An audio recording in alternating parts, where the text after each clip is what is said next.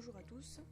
Alors aujourd'hui je vais consacrer cette vidéo pour expliquer aux débutants comment créer son propre aquarium à la maison en faisant des économies. Donc pour ma part, cet aquarium c'est un Aquatlantis de 54 litres, voilà, que j'ai récupéré chez un particulier. Pour ce qui est de l'équipement, donc moi je m'approvisionne sur le site Zone Aquatique, un très bon site avec des prix beaucoup moins chers que ce qu'on pourrait trouver en animalerie. Donc mon filtre c'est un Duetto DG100, voilà, avec 2 mousses et un compartiment charbon. Donc ce filtre peut aller jusqu'à 80 litres et jusqu'à 350 litres par heure. Voilà. Donc pour ma part j'ai enlevé le compartiment charbon, c'est assez mauvais pour l'eau, et je l'ai remplacé par des billes de céramique. Voilà.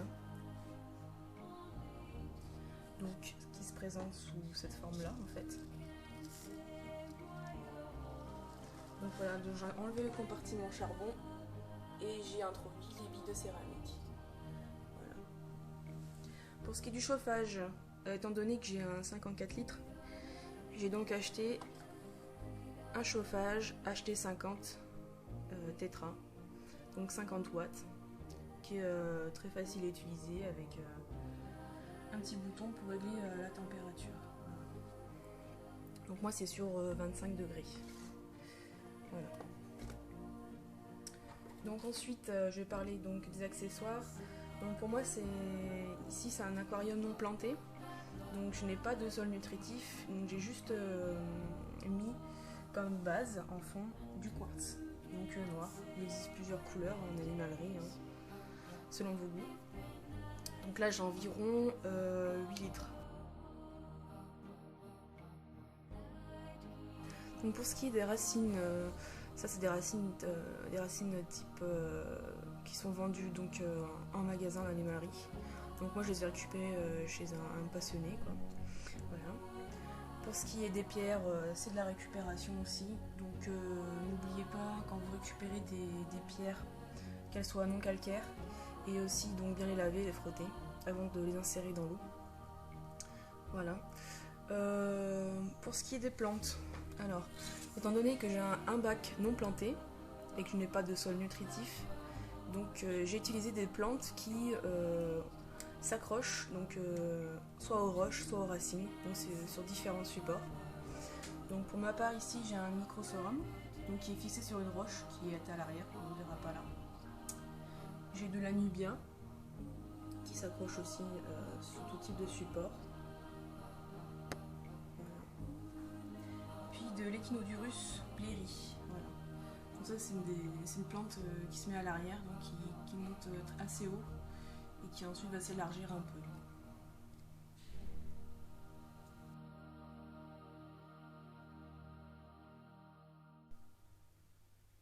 Donc pour installer l'aquarium, quand vous avez acheté votre quartz, il faut bien le laver. Donc vous le disposez dans un seau, vous le mettez dans l'évier et vous faites couler l'eau et vous massez le gravier en fait pour enlever les impuretés et la poussière. Voilà.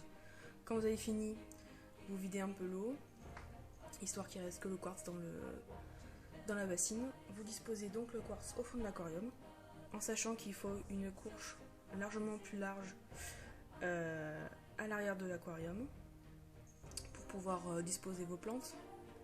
Voilà. Et une couche plus fine à l'avant, question d'esthétique. Voilà. Ensuite, vous pouvez remplir. Donc soit vous mettez vos plantes directement et vos décors, soit vous pouvez commencer à remplir l'aquarium à 30%, donc je sais pas, à peu près par là. Voilà. Je sais pas, c'est peut-être pour pas abîmer les plantes quand vous disposez, qu'elles aient un minimum d'eau. Voilà. Donc vous disposez votre décor, en sachant que les racines, si vous les prenez en état naturel, n'oubliez pas de les faire bouillir. Donc 2 à 3 heures, voire plus, ou plusieurs fois, ça dépend, pour que la racine lâche son tanin. Parce qu'il y a pas mal de tanin dans les racines. Et ça vous évitera d'avoir une eau marron. Voilà. Donc ensuite vous disposez tous vos accessoires, vos plantes, et ensuite votre équipement. À ne pas brancher tout de suite, bien sûr.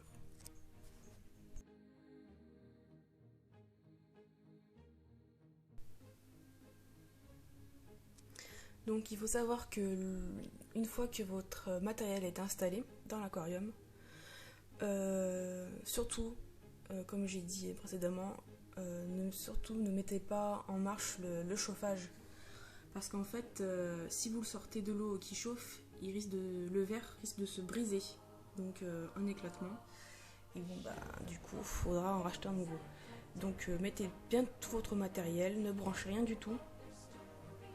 Vous, une fois que tout est installé, vous remplissez votre aquarium. Alors, petite astuce, mettez par exemple un bol au fond, là où vous avez de la place, et vous versez l'eau à l'intérieur. Comme ça, avec le jet, ça ne creusera pas votre gravier.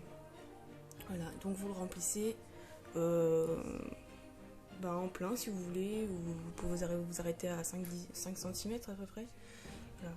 Et une fois que tout est dans l'eau, que tout le matériel est dans l'eau, vous pouvez brancher. Ça vous évitera des petits accidents. Donc ensuite, les animaleries vous proposent d'ajouter énormément de produits. Par exemple, AquaSafe, par exemple, c'est pour enlever le fer et les métaux lourds de l'eau du robinet. Il y a plein de produits qui coûtent assez cher et qui ne sont pas indispensables. Le but c'est de laisser le cyclage de l'eau 3 semaines minimum, mais comptez 4. Voilà. Comptez 4 semaines.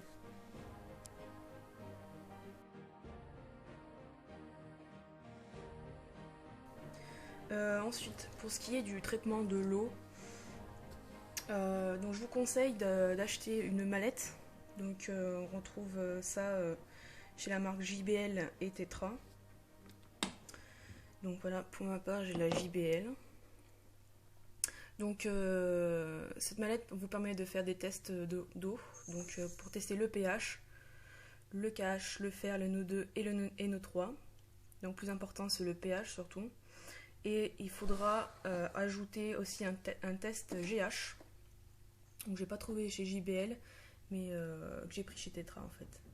Donc privilégiez les tests à gouttes, hein, parce que donc les bandelettes c'est pas assez précis.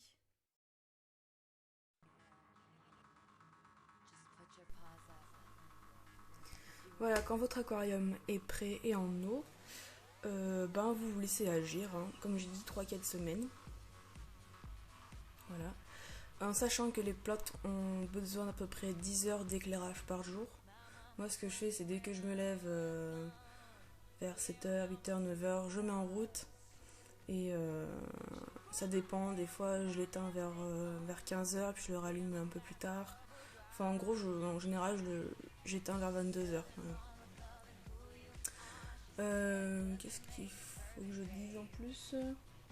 Je ferai une autre vidéo pour les tests JBL parce que vu que j'ai mis en mon aquarium hier, je peux pas faire les tests tout de suite.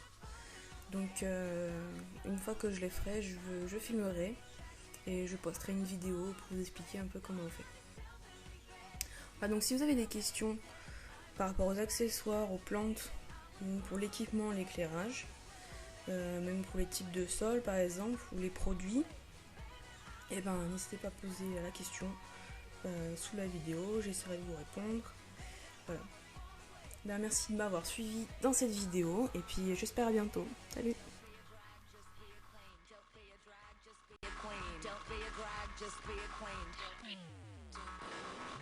Give yourself prudence and love your friends. Subway can't rejoice your truth.